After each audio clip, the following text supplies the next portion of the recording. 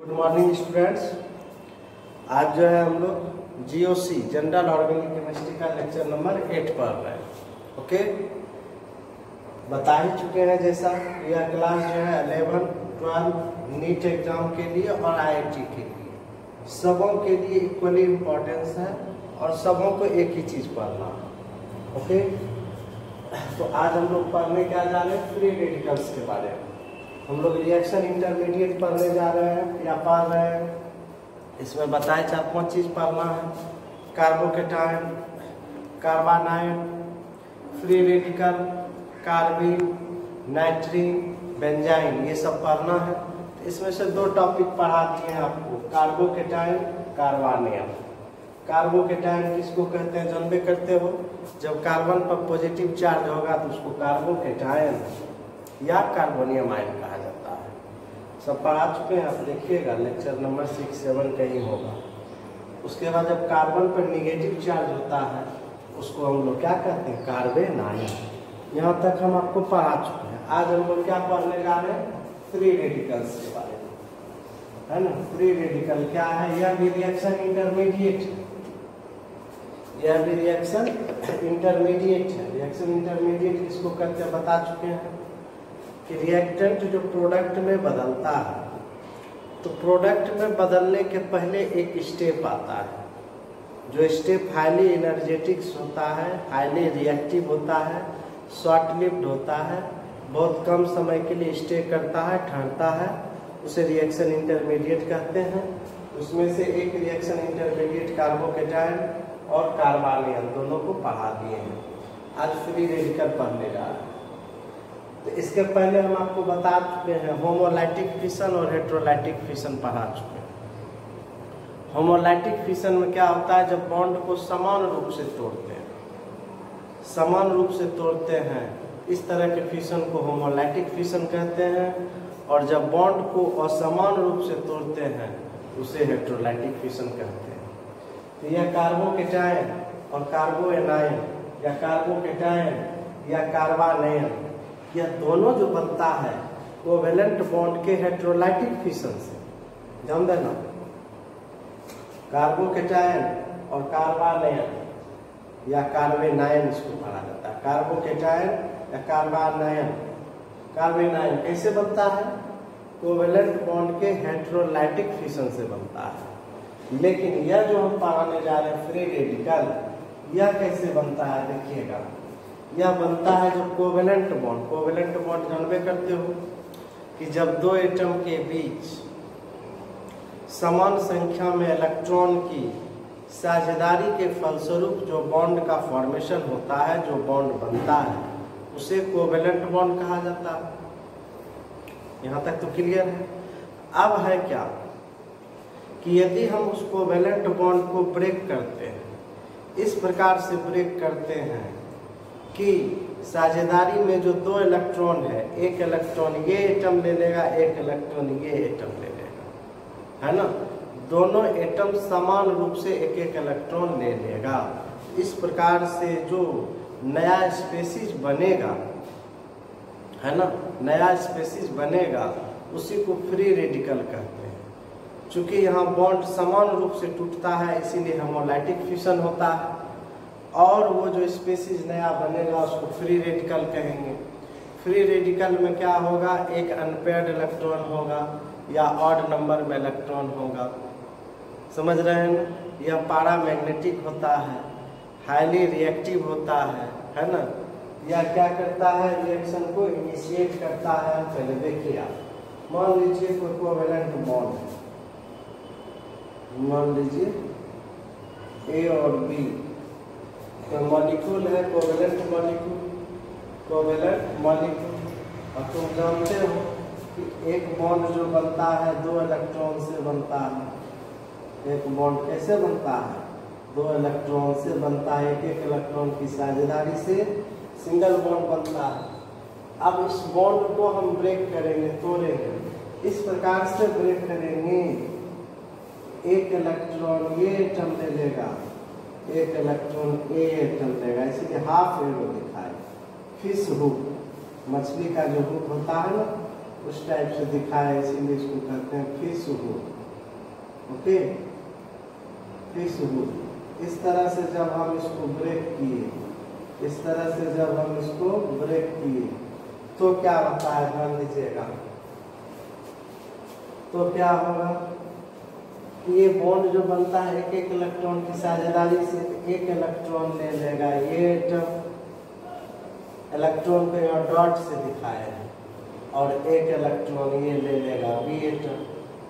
आप समझ में, कोवेलेंट बॉन्ड को जब हम ब्रेक किए तो क्या हुआ, ये कोवेलेंट बॉन्ड, यह क्या है, कोवेलेंट मॉलिक्यूल है ना। इसमें जो बॉन्ड है ये क्या है, कोवेलेंट बॉन्ड है। कोवेलेंट बॉन्ड को हम ब्रेक किए, तो कैसे ब्रेक करोगे, अब सवाल उठता है। बॉन्ड है, इस बॉन्ड को जैसे इसको तोड़ना है, तोड़ने के लिए क्या करना होगा, एनर्जी देंगे तब न टूटेगा, अपने मन से तो टूटेगा। उसी प्रकार से ये बॉन्ड बनवा बंधन, दो एटम को जोड़ने वाले फोर्स को ही बंधन कहते हैं। देखिए बॉन्ड क्या है, आप समझिए ऐसे। देखो ये एक एटम है, ये दूसरा एटम है ना। देखो मॉडल से समझा रहे हैं, समझिएगा। एक ये एटम है, दूसरा ये एटम है, दोनों अलग अलग है ना। अब इस एटम का एक इलेक्ट्रॉन, इस एटम के एक इलेक्ट्रॉन, दोनों आपस में साझेदारी किया। साझेदारी के फलस्वरूप क्या हुआ, एक बॉन्ड बन गया। यही है ये एटम, ये दूसरा एटम, दोनों को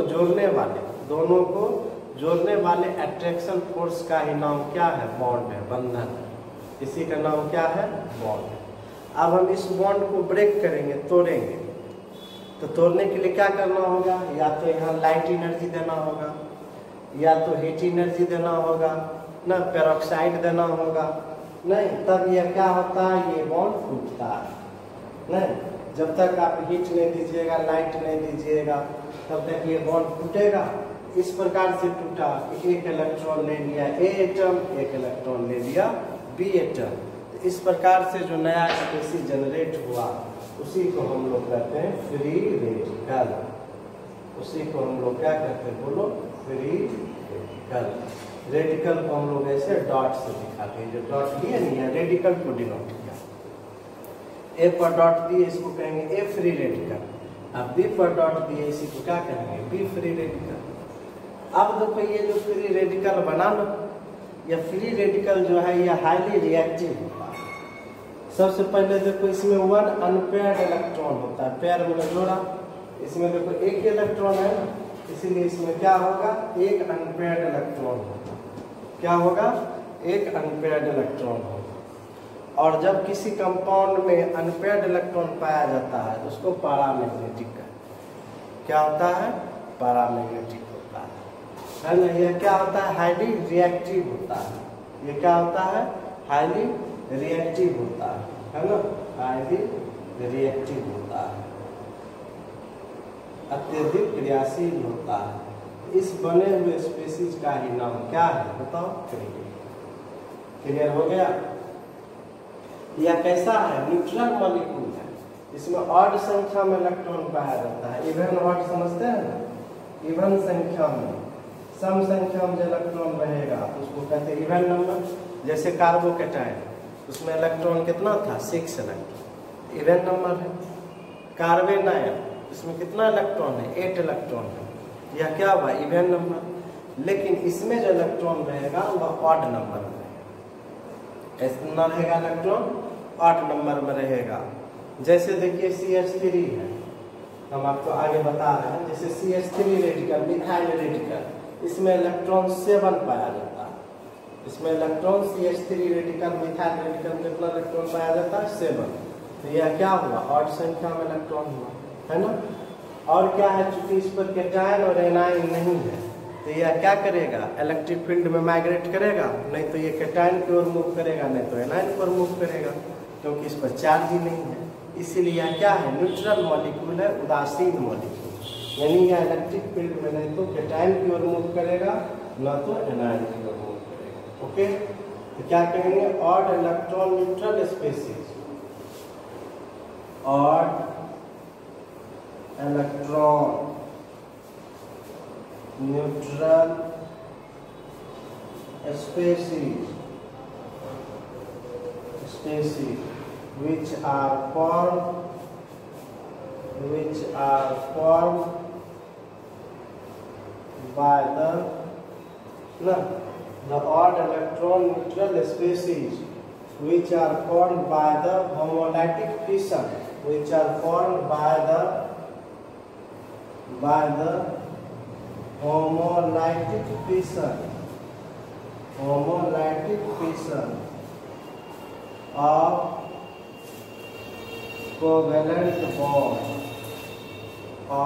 covalent bond is called free radical.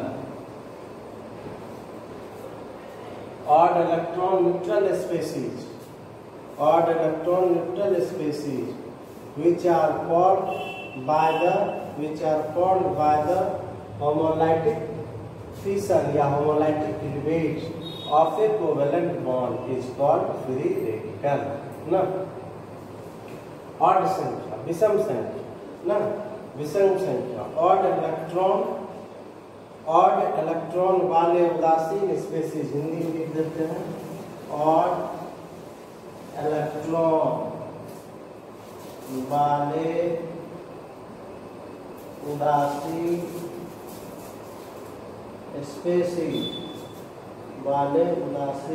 Species जो कोवेलेंट बॉन्ड के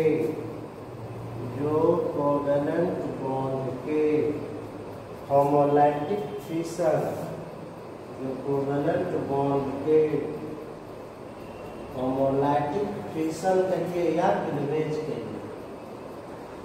के होमोलाइटिक फिशन के फलस्वरूप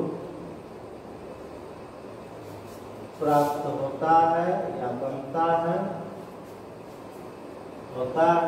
उसे फ्री रेडिकल कहा जाता है।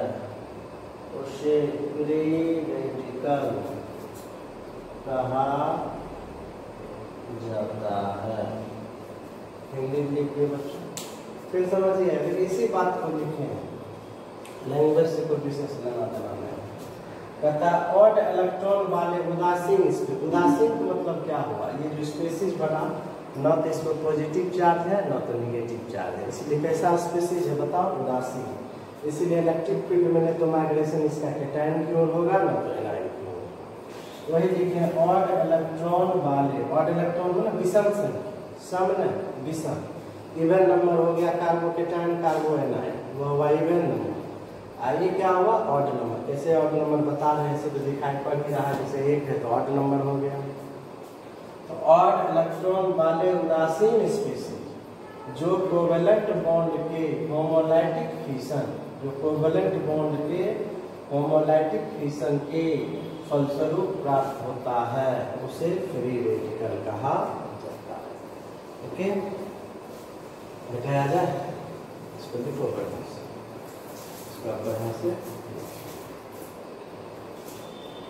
लिखिए बढ़िया से। हम रुकते हैं तो उतार लीजिए आप। ओके, अब हम एग्जाम्पल से समझाते हैं कि यह फ्री रेडिकल जो है ऑड कैसे हुआ, इवन क्यों नहीं हुआ, ऑड क्यों हुआ, इसको समझाते हैं।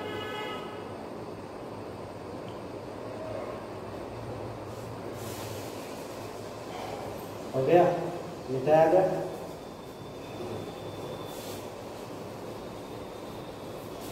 समझिएगा, कुछ नहीं है, एक बार समझ जाइएगा आपको रिएक्शन मैकेनिज्म सब समझने में कहीं कोई दिक्कत नहीं होगा, कहीं परेशानी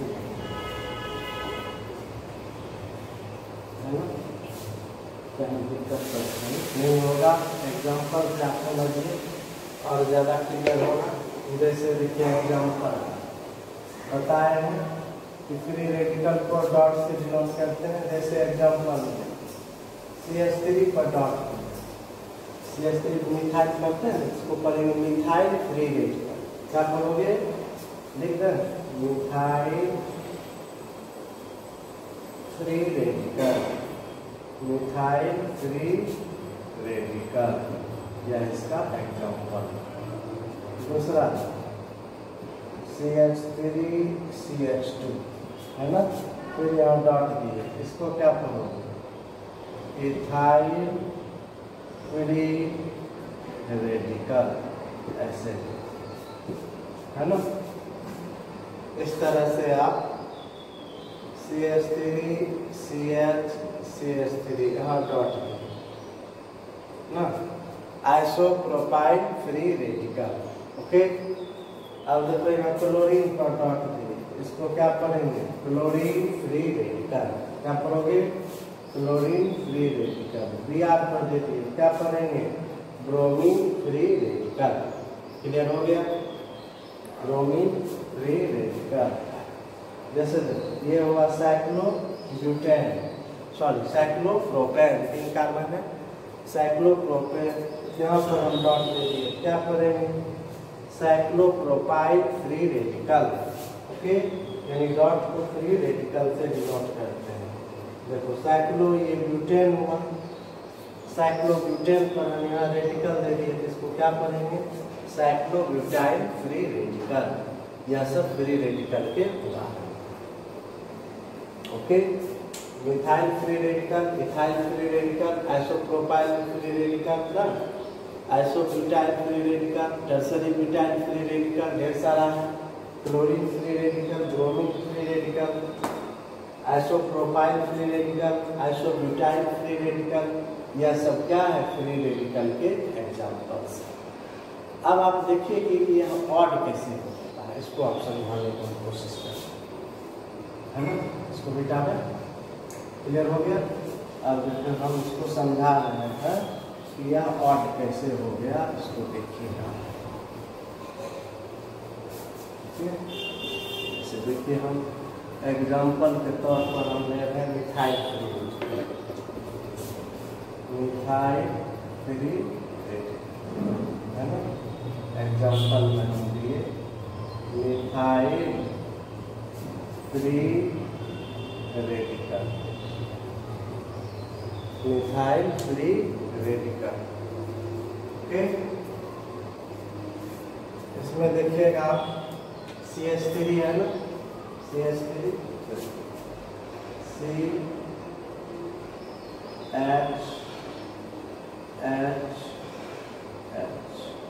हुआ, H। ओके, अब आप देखिएगा, अब जानते हैं कि एक बॉन्ड बनता है 2 इलेक्ट्रॉन से। तो देखिए यहाँ भी 2 इलेक्ट्रॉन यहाँ दिखा रहे हैं, 2 इलेक्ट्रॉन यहाँ दिखा रहे हैं, और 2 इलेक्ट्रॉन यहाँ दिखा रहे हैं।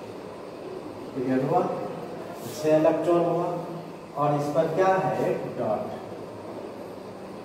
तो बताओ टोटल इलेक्ट्रॉन इसमें कितना है, 7 है। देखिए 2 2 4 2 6। आपसे पूछेगा methyl free radical, ethyl free radical के वैलेंस शेल में कितना इलेक्ट्रॉन है, इसके वैलेंस शेल में कितना इलेक्ट्रॉन है, बताओ, 7 इलेक्ट्रॉन है। ध्यान देना है, ऑब्जेक्टिव यही सब पूछता है। कार्बोकेटायन है, इसके वैलेंस शेल में कितना इलेक्ट्रॉन है, 6 इलेक्ट्रॉन। कार्बेनाइन है, इसके वैलेंस शेल में कितना इलेक्ट्रॉन, 8 इलेक्ट्रॉन। यही सब ऑब्जेक्टिव आता है, समझ रहे हैं ना। और पूछेगा मिथाइल फ्री रेडिकल के वैलेंस शेल में कितना इलेक्ट्रॉन होता है, तो क्या जवाब दोगे, 7 इलेक्ट्रॉन। कैसे है, समझ आ रहा है, 2 2 4 2 6 1 7। क्लियर हो गया। अब देखो इसका हाइब्रिडाइजेशन क्या होगा, 1 sigma bond, 2 sigma bond, 3 sigma bond, है ना। 1 सिग्मा, 2 सिग्मा, 3 सिग्मा है, हाइब्रिडाइजेशन क्या होगा, बताओ, हाइब्रिडाइजेशन। यही सब लोग क्वेश्चन आता है। हाइब्रिडाइजेशन के लिए कितना गिनेंगे, 3 सिग्मा बॉन्ड है, 3 सिग्मा बॉन्ड है, इसीलिए कौन हाइब्रिडाइजेशन, बताओ, sp2 1 2 3 सिग्मा बॉन्ड है, इसीलिए क्या होगा, sp2। 4 सिग्मा बॉन्ड रहता है, sp3, है ना। यह क्या है, ऑड इलेक्ट्रॉन मॉलिक्यूल है, इसमें अनपेयर्ड इलेक्ट्रॉन कितना है, बोलो, 1। इसमें अनपेयर्ड जोड़ा तो नहीं है, अनपेयर्ड इलेक्ट्रॉन, इसमें अनपेयर्ड इलेक्ट्रॉन की संख्या कितना है, 1, है ना। चूंकि 7 है इसीलिए यह क्या हो गया, ऑड इलेक्ट्रॉन स्पेसीज। यह क्या हुआ, अच्छा ऑड इलेक्ट्रॉन मॉलिक्यूल। अब ध्यान देना, जब किसी स्पेसीज में अनपेयर्ड इलेक्ट्रॉन पाया जाता है उसको कहते हैं पैरामैग्नेटिक। समझना है यहीं पर, पैरामैग्नेटिक। और जब किसी पदार्थ में पेयर्ड इलेक्ट्रॉन रहता है तो उसको कहते हैं डायमैग्नेटिक। समझे? ध्यान देना, हम अलग से लिख देते हैं कि जब अनपेयर्ड इलेक्ट्रॉन एक रहता है तो उसको क्या कहेंगे, मैंने एक नहीं, जब अनपेयर्ड इलेक्ट्रॉन रहेगा तो उसको आप क्या कहोगे, पैरामैग्नेटिक। और जब पेयर रहेगा, पेयर में ना जोड़ा रहेगा तो उसको कहोगे डायमैग्नेटिक, है ना। अब कहोगे सर पैरामैग्नेटिक क्या है? पैरामैग्नेटिक कहते हैं वे पदार्थ जो चुंबकीय क्षेत्र के द्वारा मैग्नेटिक फील्ड के द्वारा अट्रैक्ट हो जाता है, आकर्षित हो जाता है, तो ऐसे पदार्थ को पैरामैग्नेटिक सब्सटेंस कहा जाता है। तो ये तो हुआ डिफिनेशन। अब पहचानोगे कैसे? ये तो एक्सपेरिमेंट वाली बात है कि कोई पदार्थ ले गए, उसके सामने में मैग्नेट ले गए। अब मैग्नेट यदि उसको आकर्षित कर लिया तो कह देंगे पैरामैग्नेटिक, नहीं आकर्षित किया तो डायमैग्नेटिक, विकसित कर दिया तो डायमैग्नेटिक। ये तो थ्योरी वाली बात है। अब जो है ये तो प्रैक्टिकल वाली बात होती है। अब हम थ्योरी से कैसे जानेंगे ना, तो यदि हम देख लेंगे कि उसमें अनपेयर्ड इलेक्ट्रॉन है तो उसको कह देंगे पैरामैग्नेटिक, और यदि उसमें पेयर इलेक्ट्रॉन है, जोड़ा है, तो उसको कहेंगे डायमैग्नेटिक। तो यह क्या होगा, पैरामैग्नेटिक, पैरामैग्नेटिक सब्सटेंस होगा। कैसा पदार्थ होगा, paramagnetic substance. Clear? Paramagnetic substance होगा यदि अनपेयर्ड इलेक्ट्रॉन। ओके, इसमें चूंकि अनपेयर्ड इलेक्ट्रॉन पाया जाता है, टोटल 7 है, इसीलिए क्या हुआ, ऑड इलेक्ट्रॉन स्पेसीज हो गया। इधर जो में यह क्या है, ऑड इलेक्ट्रॉन वाला स्पेसीज है, ऑड इलेक्ट्रॉन स्पेसीज है।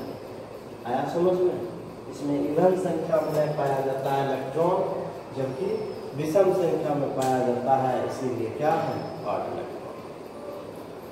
अब सवाल उठता है ये कि यह पैरामैग्नेटिक बनेगा कैसे? ये पैरामैग्नेटिक यानी फ्री रेडिकल बनेगा कैसे?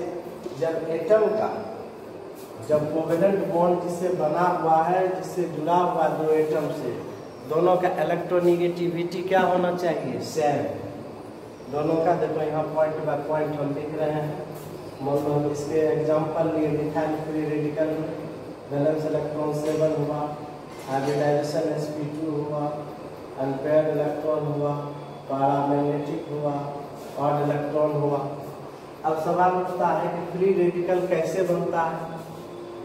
जब दोनों एटम है, दोनों एटम के इलेक्ट्रोनिगेटिविटी क्या होगा बताओ, सेम। ए और बी है ना, दोनों का इलेक्ट्रोनिगेटिविटी क्या होगा, सेम। सेम इलेक्ट्रोनिगेटिविटी, इलेक्ट्रोनिगेटिविटी, और हटा के लिखें इलेक्ट्रोनिगेटिविटी क्या है, पढ़ा चुके हैं बच्चों नहीं? दोनों का क्या होगा, सेम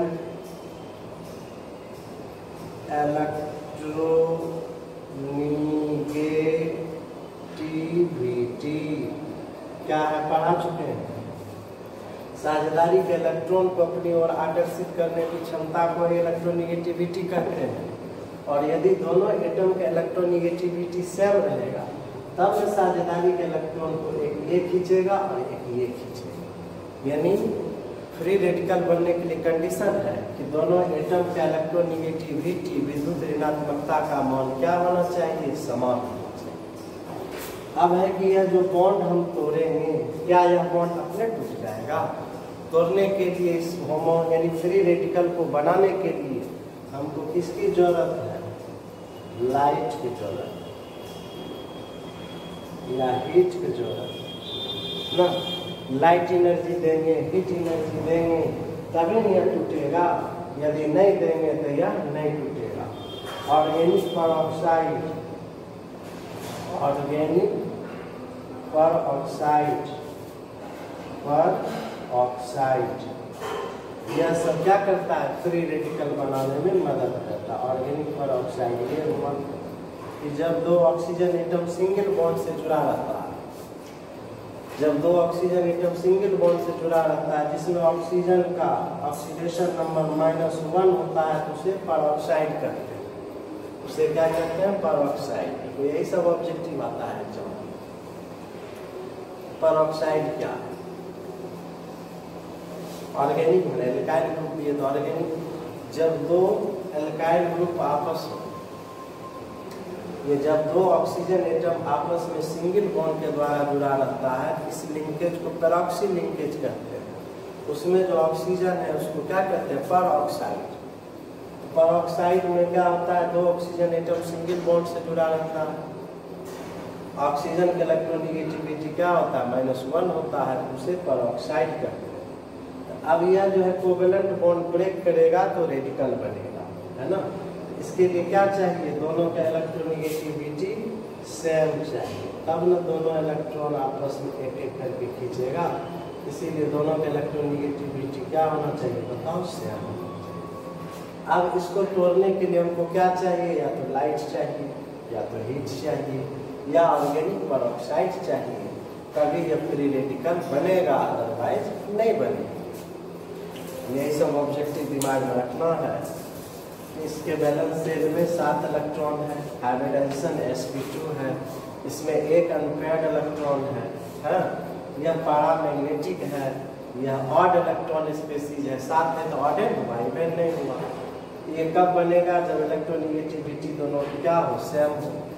इस बॉन्ड को तोड़ने के लिए क्या चाहिए? लाइट एनर्जी चाहिए, हीट एनर्जी चाहिए, ऑर्गेनिक पेरोक्साइड चाहिए, तभी टूटेगा, अदरवाइज नहीं टूटेगा। यही सब कंडीशन। इसको उतारिए बढ़िया से। अब देखो पैरामैग्नेटिक डायमैग्नेटिक हम चर्चा यहाँ पर कर देते हैं, थोड़ा सा हमेशा यूज आते रहेगा इसका। इसको मिटाया जाए, आप लोग देख लिए होंगे, देखिए बढ़िया से कॉन्सेप्ट क्लियर कर देते हैं आप। पैरामैग्नेटिक कब कहें?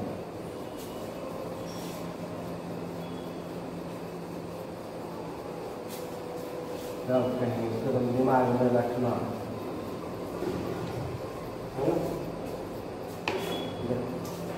यदि किसी कंपाउंड में अनपेयर्ड इलेक्ट्रॉन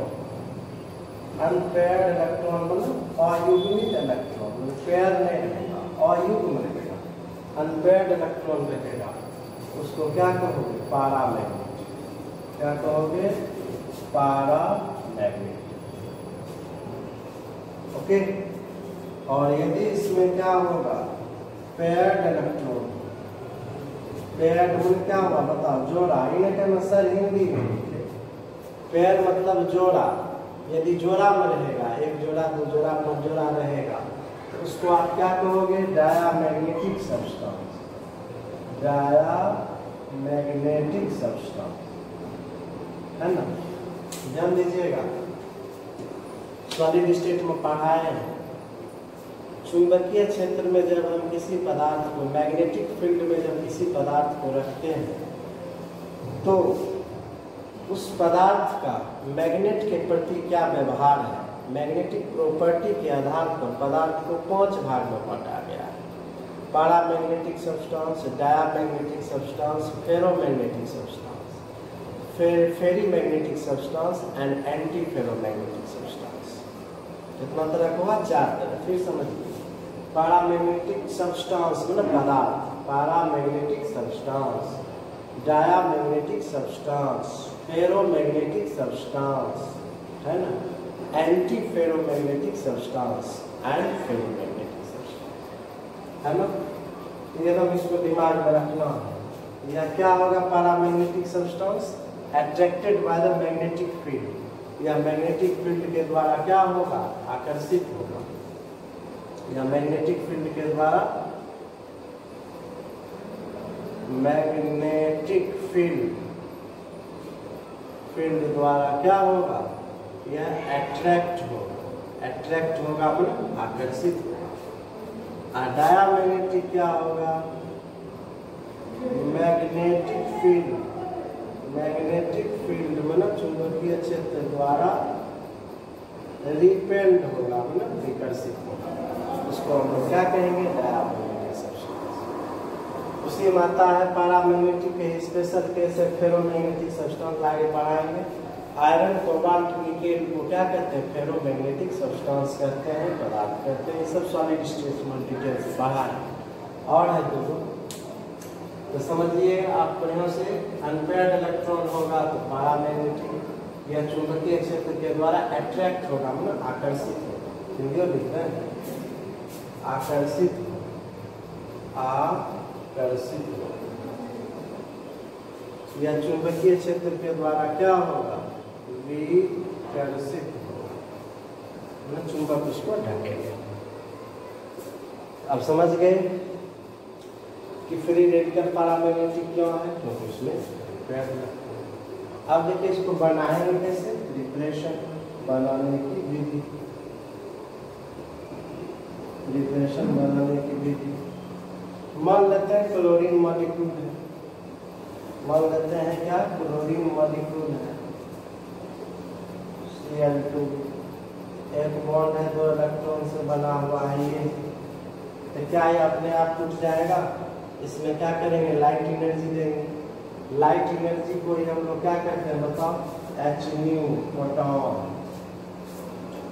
ये लाइट प्रकाश जो है, ध्यान दीजिएगा, प्रकाश जो है ये हम Cl2 मॉलिक्यूल लिए, इसे Cl2 मॉलिक्यूल क्या हुआ? Cl, 2 बॉन्ड से बना।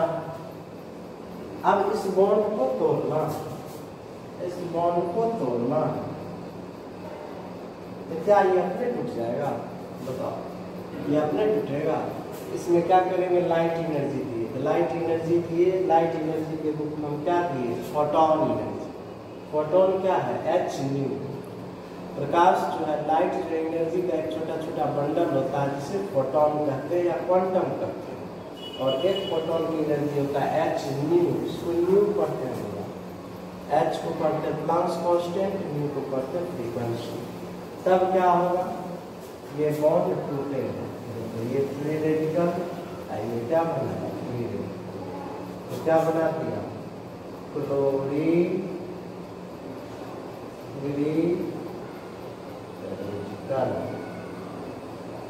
क्लोरीन बना। आप समझे? लाइट एनर्जी नहीं देंगे तो टूटेगा, टूट करेगा। इसीलिए कहीं लाइट एनर्जी देते हैं, कहीं हीट करते हैं, कहीं पर ऑक्साइड देते हैं। उसी का तो हम चर्चा किए ना, उसी का तो हम लोग चर्चा किए। ओके, hν क्या है आप समझ गए होंगे। पैरामैग्नेटिक डायमैग्नेटिक कॉन्सेप्ट बढ़िया से दे दिए हैं। तो उससे पूछ लेगा बताओ कार्बोकेटाइन पैरामैग्नेटिक है कि डायमैग्नेटिक? तो बताओ कार्बोकेटाइन में कितना इलेक्ट्रॉन? 6 इलेक्ट्रॉन। 6 इलेक्ट्रॉन में क्या जोड़ा? 3 जोड़ा। उसमें क्या अनपेयर्ड इलेक्ट्रॉन बचा? 1 मिलियन बचा, इसलिए डायमैग्नेटिक। कार्बन आयन में कितना इलेक्ट्रॉन? 8 इलेक्ट्रॉन। कितना जोड़ा? 4 जोड़ा, है ना। इसीलिए क्या, एक भी अनपेयर्ड इलेक्ट्रॉन नहीं है तो डायमैग्नेटिक। लेकिन ये क्या है बताओ? ये क्या है? एक अनपेयर्ड इलेक्ट्रॉन है, इसलिए पैरामैग्नेटिक। अब कहोगे सर hν क्या है? देखो ठीक है, hν को हम लोग पढ़ते हैं फोटॉन। क्या पढ़ते हैं? फोटॉन। लाइट एनर्जी है, यह क्या है? लाइट एनर्जी को ही हम लोग क्या करते हैं? फोटॉन। तो सर H क्या है? ये नहीं समझ। H को कहते हैं प्लांक्स कांस्टेंट, प्लांक्स कांस्टेंट, है ना। तो ऑब्जेक्टिव आएगा, इसका वैल्यू होता है 6.63 × 10⁻³ जूल इंटू सेकेंड, या प्लांक्स कांस्टेंट का वैल्यू। अब कहोगे सर ये क्या है? इसको नहीं समझते। ये है न्यू, इसको न्यू पढ़ते हैं। क्या पढ़ोगे? न्यू। या फ्रीक्वेंसी है, फ्रीक्वेंसी के हिंदी में क्या कहते हैं बताओ? आप रेडियो सुनते हैं, बोलता है ना कि हम आकाशवाणी भागलपुर से 10 किलो हर्ट्ज से बोल रहे हैं, 10 किलो हर्ट्ज से बोल रहे हैं। वो हर्ट्ज क्या है? फ्रीक्वेंसी का यूनिट है। ऑब्जेक्टिव आ जाएगा HERTZ, इसको शॉर्ट में लिखते हैं HZ। ओके, हर्ट्ज, इसको न्यू पढ़ते हैं। फ्रीक्वेंसी, तो अक्सर फ्रीक्वेंसी क्या है, किसी पॉइंट से किसी बिंदु से 1 सेकेंड में जितना वेव पास करता है, किसी पॉइंट से 1 सेकेंड में जितना वेव पास करता है, उसकी संख्या को ही हम लोग क्या कहते हैं, बताओ, फ्रीक्वेंसी। क्लियर हुआ? किसी पॉइंट से 1 सेकेंड में जितना वेव पास करता है, मान लो 1000 वेव पास किया, तो वही क्या करना है, फ्रीक्वेंसी। समझे? लड़का फ्रीक्वेंसी का मीनिंग नहीं समझता है, बोलते सर आवृत्ति को कहते हैं। आवृत्ति नहीं हुआ भैया, वो तो हिंदी हुआ। किसी पॉइंट से 1 सेकेंड में जितना वेव गुजरता है, उसकी संख्या को फ्रीक्वेंसी कहते हैं। जो यही सब ऑब्जेक्टिव आता है एग्जाम में, देख रहे हैं कितना ऑब्जेक्टिव की संभावना है। ओके, आप देखिए इसका स्ट्रक्चर हम बता रहे हैं आपको, स्ट्रक्चर बता रहे हैं, एकदम सारा कॉन्सेप्ट क्लियर रहना चाहिए। पीछे वाला वीडियो एकदम क्लियर रखिएगा तब ना आगे वाला समझिएगा, नहीं तो दिक्कत होगा समझने में। समझ रहे हैं ना, तो समझने में परेशानी। Structure,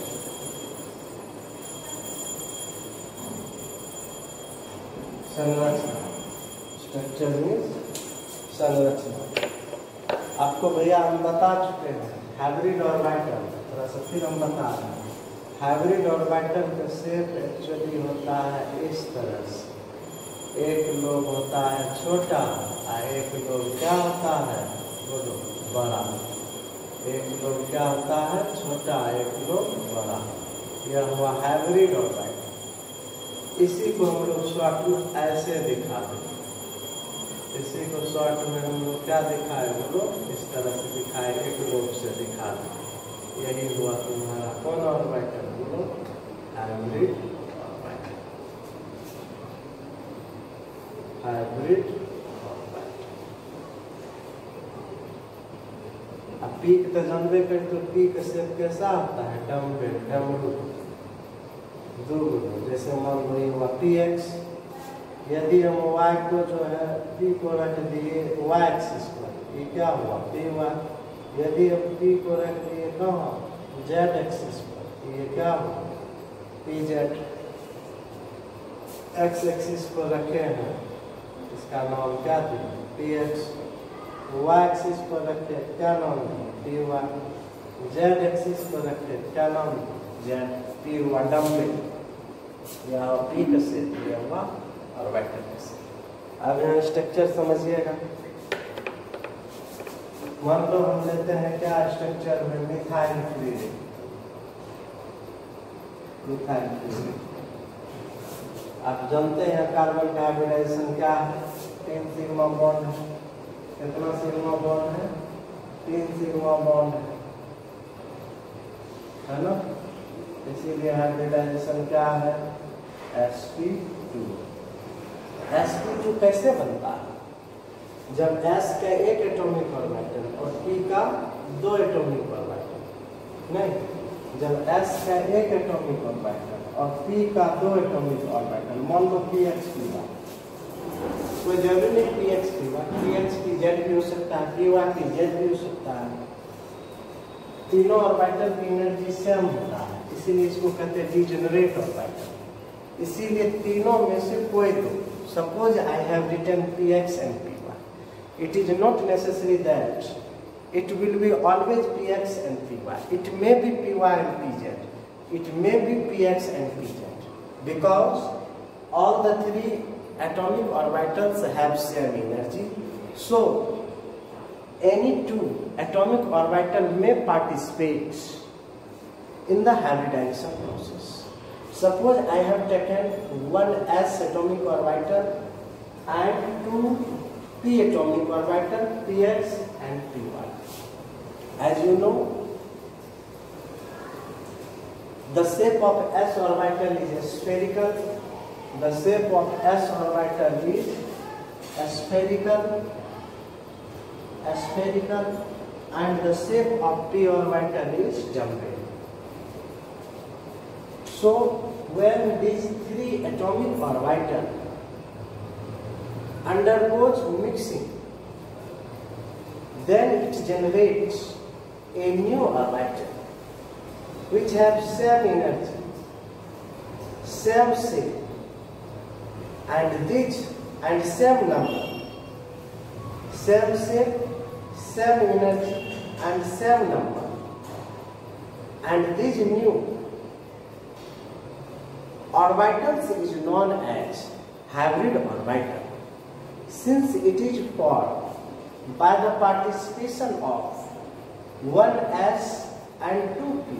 So the new orbital is known as sp2. Okay, and the shape of this sp2 hybrid orbital will be like this way. Since in this process three atomic orbital participate, so the new hybrid orbital will also form 3. Okay, 3 atomic orbital undergoes participation in hybridization process. So the newly formed hybrid orbital will be 3. Their number will be 3, and all the 3 are sp2 hybrid orbital. Okay. Now the question stands here that how these 3 sp2 hybrid orbitals are oriented in space. As you know, this is the general rule. When the atomic orbital stay at maximum distance, then they experience less repulsion.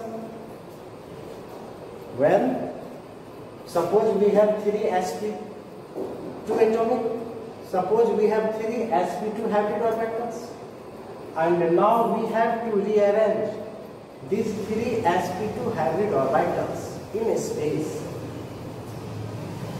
So we have to orient these 3 sp2 orbital in such a way that they experience minimum repulsion. It can happen only when all the 3 sp2 hybrid orbitals are oriented in the space at 120 degree.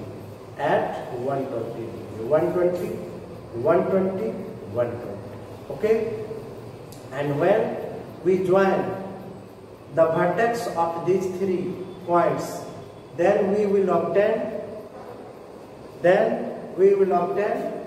a shape which is known as trigonal planar or triangular planar. If there will be no any lone pair electron or non-bonding electron on the central atom, then the bond angle will be 120. But when lone pair is present on the central atom, they causes repulsion, and according to Western theory, their bond angle will be less than 120. Okay, तो English में बोलते हैं, बच्चों समझते हो, हिंदी में देखो बोल देते हैं कि sp2 कैसे बनता है जब s का 1 एटॉमिक ऑर्बिटल और p का 2 एटॉमिक ऑर्बिटल। तो जितना संख्या में एटॉमिक ऑर्बिटल एटॉमिक ऑर्बिटल, जितना संख्या में एटॉमिक ऑर्बिटल भाग लेता है उतने संख्या में हाइब्रिड ऑर्बिटल बनता है। एटॉमिक ऑर्बिटल 3 भाग लिया, हाइब्रिड ऑर्बिटल भी 3 बनेगा। ऐसा हाइब्रिड ऑर्बिटल क्या बनेगा? 3। अब तीनों हाइब्रिड ऑर्बिटल को स्पेस में इस तरह से सजाएंगे कि तीनों के बीच रिपल्सन कम। रिपल्सन कम कब होगा बताओ? जब तीनों को हम क्या रखेंगे? मैक्सिमम डिस्टेंस पर रखेंगे। मैक्सिमम डिस्टेंस पर रखेंगे तो रिपल्सन क्या होगा? कम होगा। रिपल्सन कम होगा, सिस्टम स्टेबल होगा। इसीलिए शेप क्या होता है? ट्रायंगुलर। जब लॉन पेयर नहीं रहता है सेंट्रल एटम पर तो बॉन्ड एंगल 120 होता है। देखिए हिंदी में भी बोल देते हैं इसके बाद कि आपको समझने में कठिनाई नहीं है। समझ रहे हैं ना? तो अब देखिएगा, इसको हम बना रहे हैं। इसको देखिए बना रहे हैं कैसे कैसे बन रहा है। कार्बन है, कार्बन है ना, इसका क्या है sp2। तो तीनों को हम क्या करेंगे स्पेस में रखेंगे।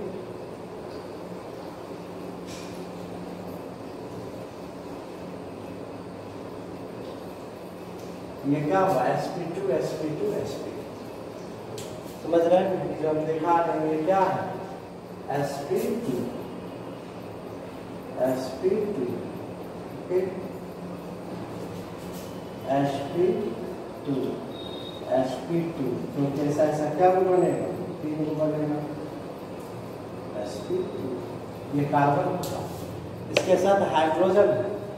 हाइड्रोजन का जो होता है क्या हाइड्रोजन 1s1 s का शेप कैसा होता है स्फेरिकल। कार्बन का sp2 एटॉमिक ऑर्बिटल और हाइड्रोजन का s एटॉमिक ऑर्बिटल ओवरलैप किया। एक इलेक्ट्रॉन इसका कार्बन का, एक इलेक्ट्रॉन हाइड्रोजन को ओवरलैप किया। फिर देखिए ये ओवरलैप किया एक एक इलेक्ट्रॉन, इसी से बॉन्ड बनता है। फिर ये हाइड्रोजन का जो है तीन हाइड्रोजन है, हाइड्रोजन क्या होता है 1s1, हाइड्रोजन के s atomic orbital s s s। एक अभी तो बचा हुआ है px py तो भाग लिया, लेकिन pz तो बचा हुआ है भैया। तो ये pz क्या करेगा, ये pz क्या करेगा, ये जो एक इलेक्ट्रॉन है वह कहाँ रहेगा pz में, कहाँ रहेगा बताओ pz। ये p है ऑर्बिटल, ये हाइब्रिड ऑर्बिटल है, समझ रहे हैं ना, ये हाइब्रिड ऑर्बिटल है, जबकि ये क्या है एटॉमिक ऑर्बिटल, और यह भी क्या है बताओ एटॉमिक ऑर्बिटल। ओके, और इसमें क्या रहेगा एक इलेक्ट्रॉन रहेगा, है ना, एक इलेक्ट्रॉन रहेगा। तो सर्व इलेक्ट्रॉन कहाँ रहेगा, तो मान लीजिए इसको p है, क्योंकि px py तो एटॉमिक ऑर्बिटल में भाग ले लिया, तो ये कहाँ रहेगा बताओ pz में रहेगा। क्लियर हुआ कंसेप्ट। ओके, अब इसी से देखिए जब एक एक इलेक्ट्रॉन जब जो है sp2 hybrid orbital, sp2 hybrid orbital और हाइड्रोजन के s एटॉमिक ऑर्बिटल आपस में ओवरलैप किया तो एक बॉन्ड बना, है ना, एक बॉन्ड बना। इस तरह से हम क्या करेंगे बॉन्ड बनाए, इसको इधर से देखिए इधर से देखिए, उससे कोई मतलब नहीं है। ऐसे बना, एक बॉन्ड इधर से बना, एक बॉन्ड इधर से बना। क्लियर हो गया। इधर से देखा जाए इसको ऐसे भी दिखा सकते हैं।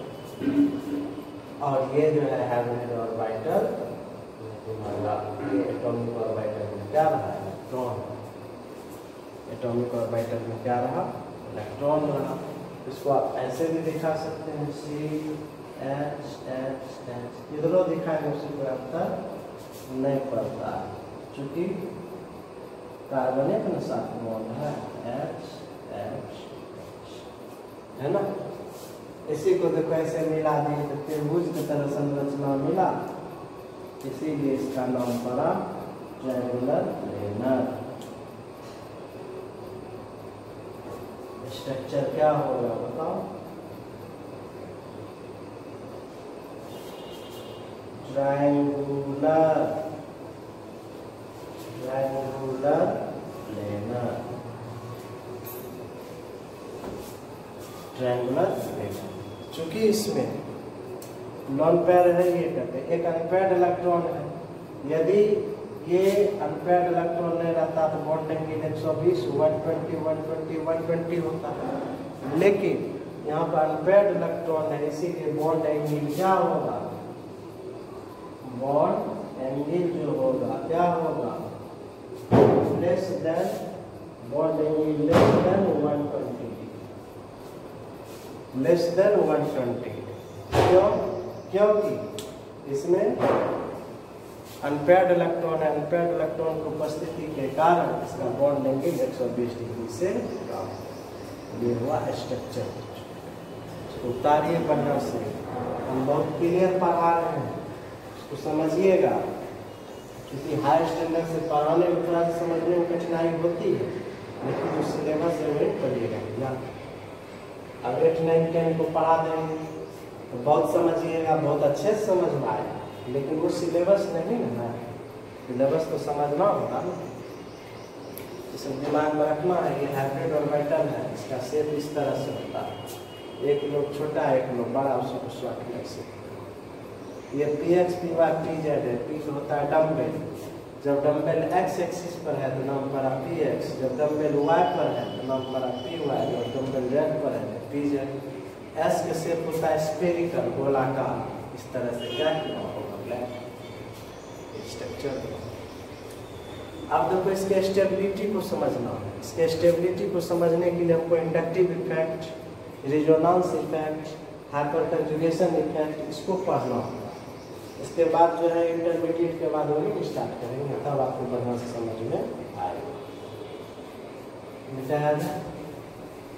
थोड़ा सा स्टेबिलिटी लिखते हैं, हालांकि बढ़िया से समझ में आपको आएगा तो बात। स्टेबिलिटी को कैसे हम लोग एक्सप्लेन करते हैं।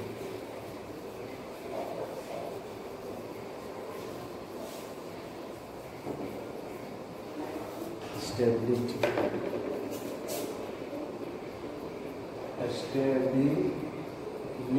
स्टेबिलिटी को हिंदी में कहते हैं स्थायित्व,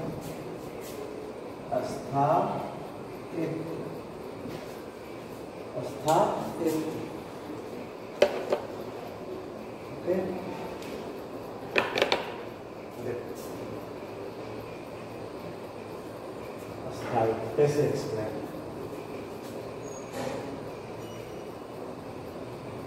मिथाइल रेडिकल,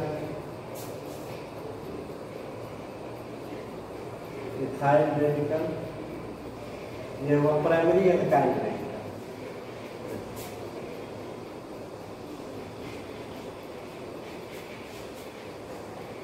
ये हुआ secondary alkyl radical,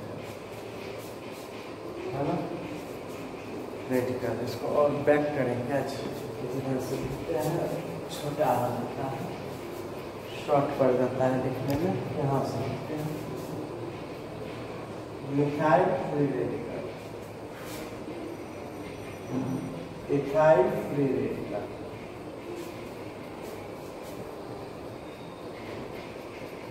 isopropyl free radical, tertiary butyl free radical, है ना। हालांकि अभी नहीं समझिएगा, चूंकि इंडक्टिव इफेक्ट हम पढ़ाए नहीं, समझ में आएगा। आप थोड़ा सा ऐसे समझिएगा कि इसके आउटर मोस्ट सेल में कितना इलेक्ट्रॉन है, 7 इलेक्ट्रॉन है, तो यह क्या चाहेगा, 8 इलेक्ट्रॉन पूरा हो।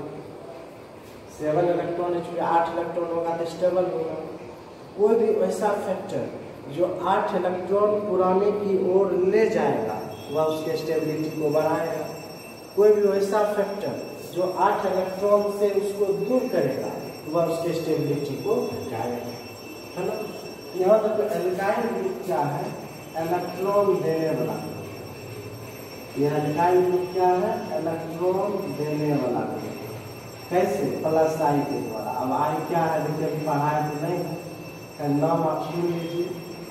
ये जो रिएक्शन इंटरमीडिएट के बाद यही सब पढ़ाएंगे ना। इंडक्टिव इफेक्ट में जो मेरिक इफेक्ट क्या है, कंजुगेशन क्या है, पढ़ाएंगे। ऐसे आप समझिए, प्लस आई, प्लस हुआ पॉजिटिव इंडक्टिव इफेक्ट। इलेक्ट्रॉन देने वाले ग्रुप को क्या कहेंगे, प्लस आई इफेक्ट। यहाँ देखो इलेक्ट्रॉन देने वाला ग्रुप क्या है, 1।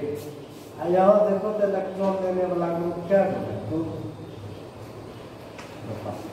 7 इलेक्ट्रॉन है, इधर से भी इलेक्ट्रॉन दे रहा है, इधर से भी दे रहा है। यहाँ देने वाला ग्रुप 2 हो रहा है। यहाँ देखो तो देने वाला ग्रुप क्या है बच्चों, बताओ क्या है, 3। तो इसमें जो है 8 इलेक्ट्रॉन पुरने की संभावना ज्यादा होगी। इसमें 8 इलेक्ट्रॉन पुरने की संभावना क्या होगी, ज्यादा होगी। कभी इसीलिए ये क्या होगा, ये ज्यादा स्टेबल होगा, ये उससे कम होगा या कम होगा। ये सबसे कम है इसमें देने वाला ग्रुप नहीं। यानी एल्काइल ग्रुप क्या करता है, प्लस आई इफेक्ट शो करता है। इसीलिए सबसे ज़्यादा स्टेबल यह है। कौन?